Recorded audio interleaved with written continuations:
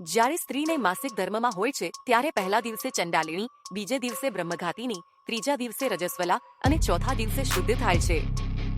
કોમેડીમાં સારું લાગશે, હસવું આવશે, પાગલ થઈ જશો. શું કરશે? સીઈઓ હોય તો એ પીરિયડ્સના દિવસે ઓફિસ જતી નથી, નિર્ણય લેતી નથી. પ્રધાનમંત્રી, રાષ્ટ્રપતિ પણ મહિલાઓ હોય, એમના પીરિયડ્સ નથી આવતા તો એ લોકો કામ કરવાનું બંધ કરી દે. એ દિવસોમાં પાગલ થઈ જાય ને ઉલટા સુલટા નિર્ણયો લઈ લે છે. અને જે મહિલાઓ પાયલટ બને, શું 5 દિવસ સુધી ફ્લાઇટ ન ઉડવી જોઈએ? જો ફાઇટર પાયલટ હોય મહિલા અને એ દિવસોમાં દુશ્મન દેશ હુમલો કરે, લેડી ફાઇટર પાયલટ કહેશે કે હું નહીં જાઉં, મારા પીરિયડ્સ ચાલે, હમણાં હું ચંડાલિણી છું, ડે 1 છે.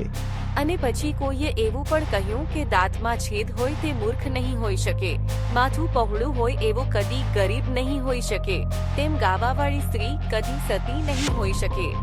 એમ જ છે. એનો શું અર્થ થયો? સ્ત્રી ગીત ગાઈ રહી છે તો વેશ્યા થઈ ગઈ? આવું કોઈ ઉપનિષદ બોલવાનું છે?